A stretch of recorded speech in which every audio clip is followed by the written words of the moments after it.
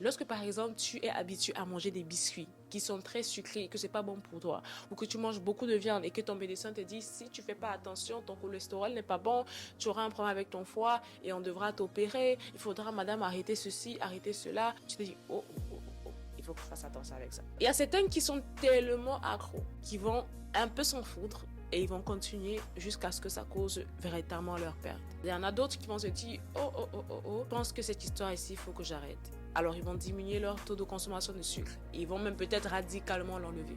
Ils vont diminuer leur taux de consommation de sel, d'alcool, de viande, whatever.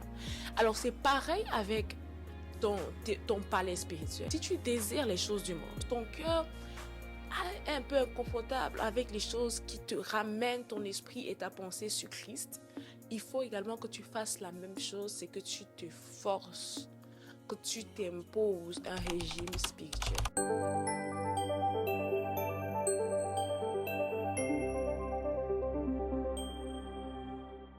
Bienvenue à ton émission chrétienne Vivre pour Christ. Mon nom est Alicia Vicoute et je suis heureuse de vous retrouver cette semaine. Alors aujourd'hui, je veux qu'on puisse parler de quelque chose qui est vraiment met à cœur et qui est très important, qui est le fait que nous puissions en tant que chrétiens, en tant qu'enfants de Dieu, renouveler notre palais. Alicia, qu'est-ce que tu veux dire par renouveler notre palais? Déjà, c'est quoi un palais? Je ne parle pas de palais des congrès, ne t'inquiète pas, je parle d'un autre type de palais.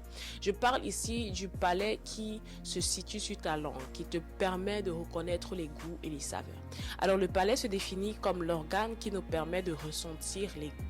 Grâce aux papilles gustatives situées principalement sur la langue, nous percevons les 5 saveurs de base, sucré, salé, acide, amer et umami.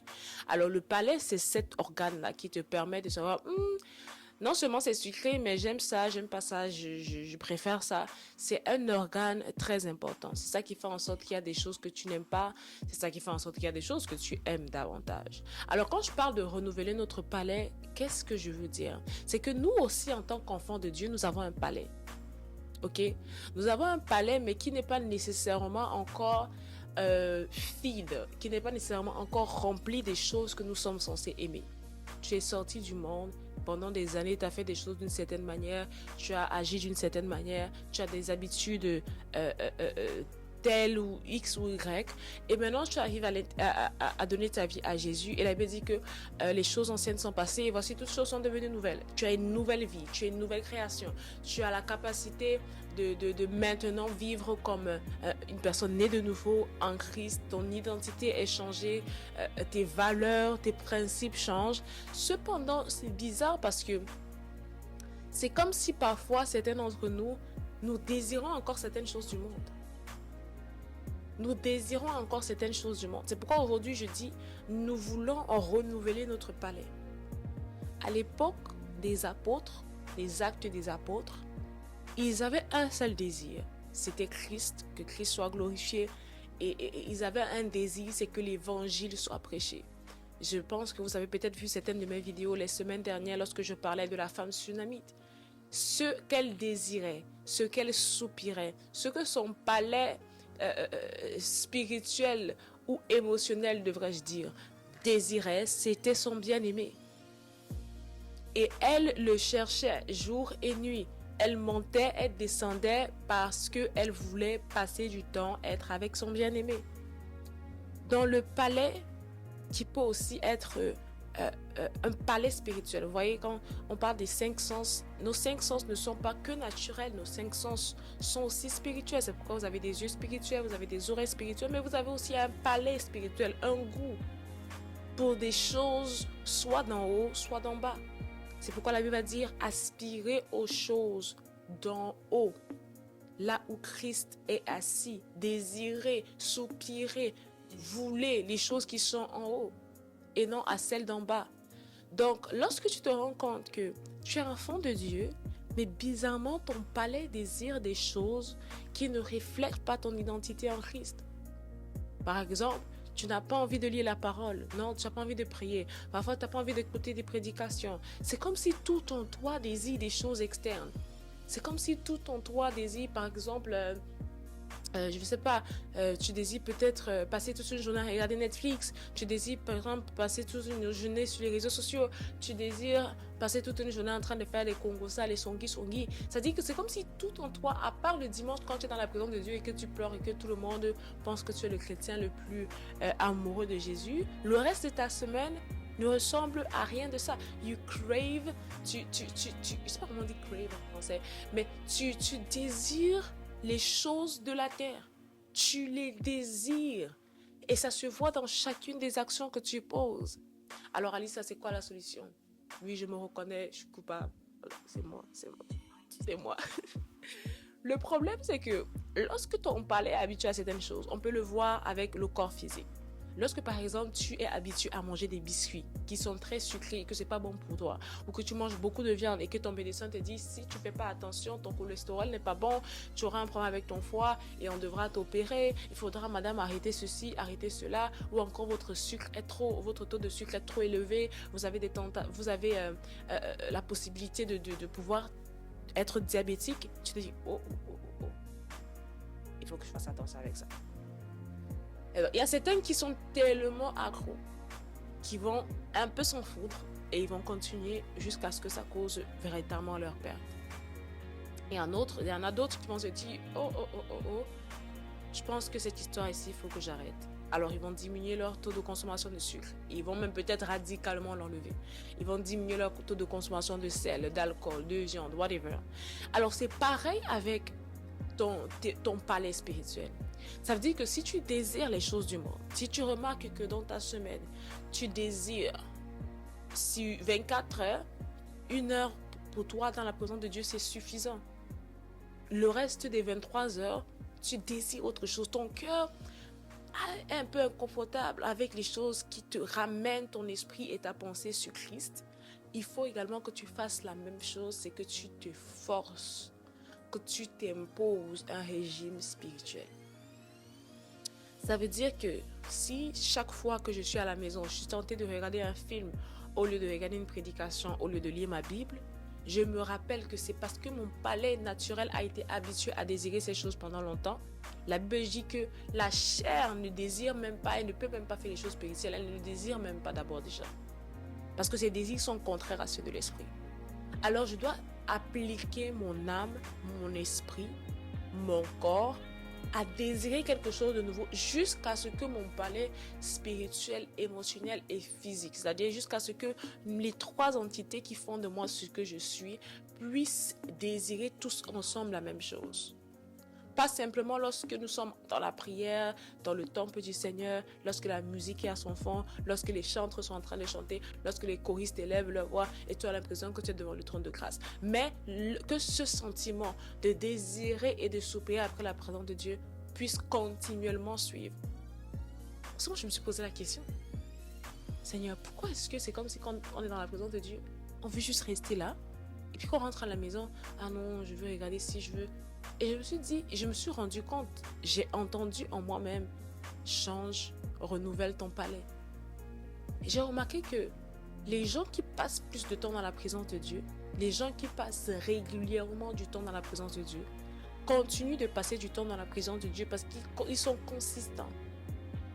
Ils continuent de pratiquer et de manger la même nourriture spirituelle afin de continuer à désirer cette même nourriture spirituelle.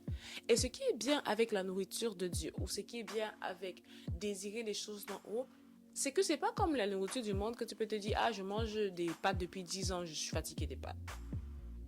Parce que chaque fois que les 24 vieillards sont devant le Seigneur et qu'ils disent Saint, Saint, Saint est l'Éternel, ils ne sont point fatigués.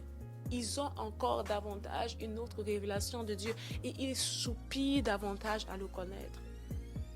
Elle avait dit que nous, qui les visages découverts, nous contemplons comme dans un miroir l'image de sa gloire. Nous sommes transformés en la même image, de gloire en gloire. Alors chaque fois, je passe à un autre niveau de gloire.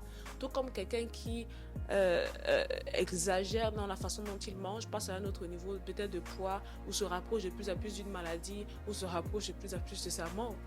Plus je passe du temps dans la présence de Dieu, plus j'habitue mon palais à désirer les choses spirituelles, davantage je suis transformée.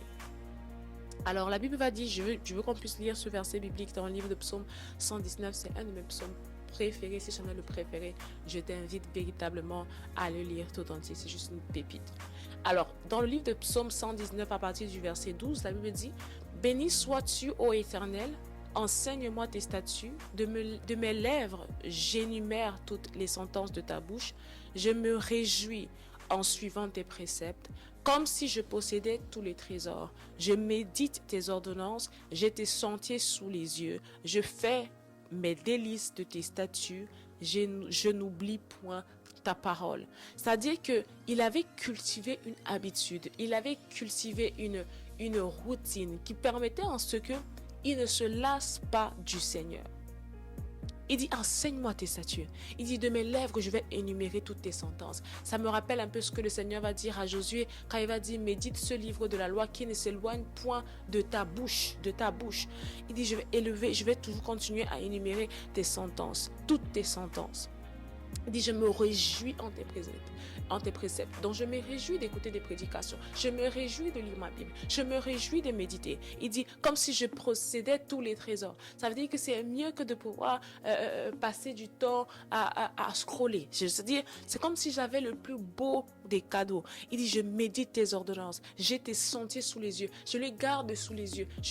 Ça rejoint encore ce verset biblique qui est toujours dans le psaume 119 qui dit, je serre ta parole contre mon cœur afin de ne point pécher contre elle. Il dit, je fais de mes délices de tes statuts. C'est-à-dire que je suis content de tes statuts. J'aime tes statuts, tes délices. Les délices touchent aussi ce que j'appelais tout à l'heure le palais. Comment on est capable de détecter que ça c'est un délice? Ça accourt sur notre palais, cet organe qui nous permet de ressentir les goûts, les saveurs. Vous voyez ce que je veux dire? Ça veut dire que lorsque je parle de renouveler ton palais, je parle de pouvoir habituer ton palais spirituel à désirer les choses d'en haut. Et comme j'ai dit, ça peut sembler sweet, ça peut sembler joli, mais en réalité, dans la vie quotidienne, c'est une décision ferme de dire, ok, je sais que naturellement, mon corps, mon âme et mon corps, pas ton esprit. Mon corps et mon âme désirent, par exemple, tous les jours, oh, je suis fatiguée émotionnellement, j'ai pas envie de regarder une prédication, j'ai pas envie de lire ma Bible, j'ai envie peut-être 15 minutes de regarder cette vidéo, 10 minutes de regarder ceci, 10 minutes se retrouvent en 1 heure. Donc, quand tu as déjà vu un schéma qui se répète, tu comprends que, en fait, en toi-même, tu ne soupires pas, tu ne désires pas après les choses d'en haut. Ta chair te combat dans ce sens-là. La Bible va dire qu'un jour dans tes parvis vaut mieux que 1000 ailleurs. Comment il est arrivé à avoir cette haute estime de la présence de Dieu au point où il soupire après cette présence, comme une biche soupire après des courants d'eau, ainsi mon âme soupire après l'Éternel. Donc, ton soupir, what you crave for, ce que tu désires, doit être aligné avec la parole de Dieu. Et si tu te rends compte que ce n'est pas encore le cas, je veux juste que tu puisses encore prendre avec moi ce temps et dire, Seigneur, je reconnais que je ne désire pas les choses que tu désires. Je ne désire pas les choses d'en haut. Je ne désire pas de continuellement rester dans ta présence. Je ne désire pas de faire tes ordonnances, mes délices. Je ne désire pas d'être folle amoureuse de toi comme la femme sunamite. Mais toi qui as la capacité de changer, de transformer l'homme, transforme-moi et change-moi. Donne-moi, rappelle-moi de toujours avoir cette discipline spirituelle, d'avoir ce régime spirituel qui consiste à ce que je désire et que je soupire après les choses d'en haut. Prie pour ton cœur. Et vraiment, fais ce suivi journalier, fais ce suivi quotidien de ce que tu désires, ce que tu soupires. J'aime ce comment on dit en anglais, what you crave for. You know, qu'est-ce que tu désires? Il y a des jours tu craves pour manger des chips et un burger. Mais tu t'es dit non, c'est pas bon pour mon corps. Parfois tu désires, moi ça m'arrive, parfois je désire avoir des Oreos, puis je me dis non, Alice, ça c'est trop de sucre. Tu vois, donc en même temps qu'on puisse parfois être conscient de prendre soin de ce corps que nous avons, prenons conscience aussi de prendre soin du corps spirituel que nous sommes et de désirer après les choses d'en haut. Passe du temps. Et vous allez remarquer, j'ai remarqué ça, c'est que parfois même, quand tu rentres dans la présence de Dieu, au début, tu peux avoir l'impression que, my God, ça prend du temps. Mais si tu remarques bien, plus tu restes, plus c'est comme si quelque chose vient à l'intérieur de toi. Comme Un soupir caché qui était là en fait au fond, qui n'attendait que tu donnes du temps à Dieu. Moi, j'ai personnellement encore expérimenté ça récemment lorsqu'on a eu les 24 heures de prière enfermées dans notre église. Enfin, c'est-à-dire 24 heures justement, juste on ne sort pas de l'église, on prie, on cherche la face de Dieu. Je me suis rendu compte que plus je priais, plus je voulais prier, plus je voulais rester. Mais parfois au début, quand tu rentres dans la prière, tu as juste l'impression, surtout quand tu as déjà mis un timing dans ta tête à Dieu. Mais là, c'était 24 heures juste pour Dieu. Donc, peu importe le timing que tu avais mis, ça venait dépasser tous les timings que tu as l'habitude de lui donner. En tout cas, pour la plupart des communs des mortels. Parce qu'il y en a qui ont aussi l'habitude de passer d'être longtemps dans la présence de Dieu.